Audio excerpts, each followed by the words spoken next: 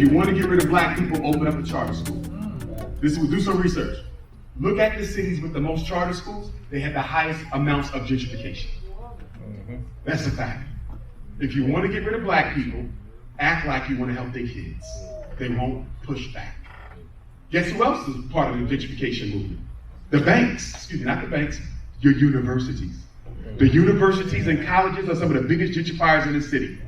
Give me the top schools in Houston, and I'll tell you the top gentrifiers in Houston. Did you know the number one job of a university is not education, but real estate? Did you know the number one business of McDonald's is not burgers and fries, it's real estate? Yes!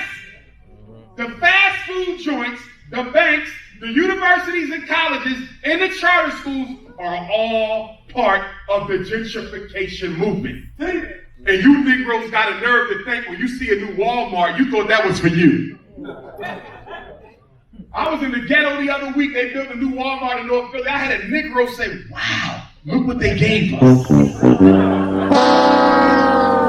Negro, 3 things when you see them, you know you ain't got much longer in that neighborhood.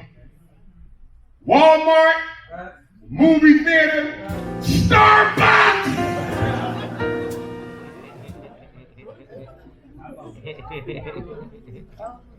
You see a Starbucks, it's over. Negroes come and say, oh my God, my neighborhood has improved so much. When I was growing up, we didn't have a Starbucks. Now we got a movie theater. I can walk to the movies. I got a Walmart down the street. Negro! This ain't for you! White folks showing up with cars in your door. You ever thought about selling? No. And y'all so thirsty. You say, well, my mom paid $50,000 for this house back in 1940. The white people offer me $250,000. I stand to make $200,000. No, you don't, because you're not accounting for the cost of, what's the word? Inflation. Not only that, can I ask you a question? Once you take that little measly $250,000 for grandmama's house, which is probably worth $1 million, but once they give you that $250,000 that you won't pay taxes on, where you gonna live at? Do you know what you about to go do? What is your silly ass about to go right back out there and do? Buy another house! You already own one! But you were so intoxicated at the sight of money that you didn't even realize they are making you homeless or gonna make you buy all over again. And this time you ain't gonna pay 50 grand like grandma. Stop selling your real estate. Hold on to it for your children. Every time I see a Negro sold their house, I say, what about your kids? What do you mean, what about my kids? What? What about passing wealth down? What do you think is worth more than your great-grandson? This $250,000 that ain't gonna be around when he's 25? Or if you would have held on to that house, which will still be around when he's 25. The problem with black people is we don't think about generations unborn. We think about ourselves. We are one generational thinkers. We might be 2 generational thinkers. We'll think about our kids. We might be 3 generational thinkers. We might think about our grandkids. But I'll tell you what you're not. You're not a 20 generational thinker like the Jews. You're not a 50 generational thinker like the Chinese.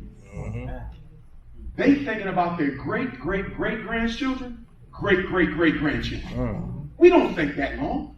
You know how I know? Because if you did, you wouldn't be spending $30 billion on weed, perm, and beauty products every year.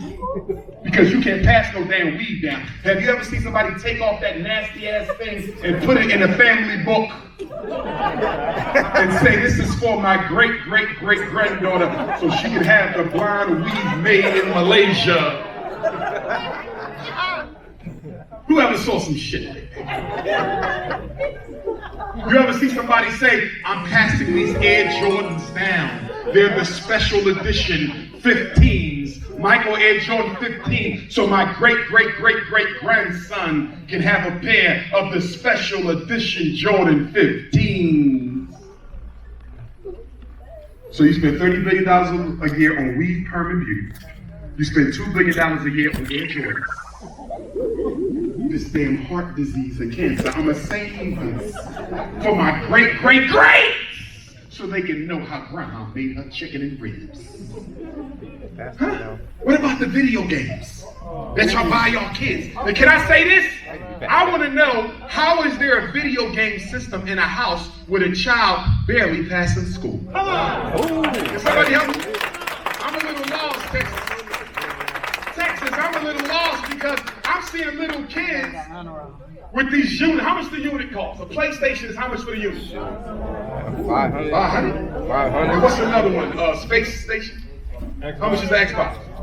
About 500. The games on average cost what? When you go get a new $60. Y'all see that? So you spend $5 for the unit. It's about 60 for the game. And somebody told me the other day that there's some games you have to subscribe to online and pay a regular fee to keep playing. So this is like crack. It is crack. And your son and daughter got these $500 units with $60 games, and they got like 20 games, but he barely passing math. How in the hell you got a $500 game unit you can barely read?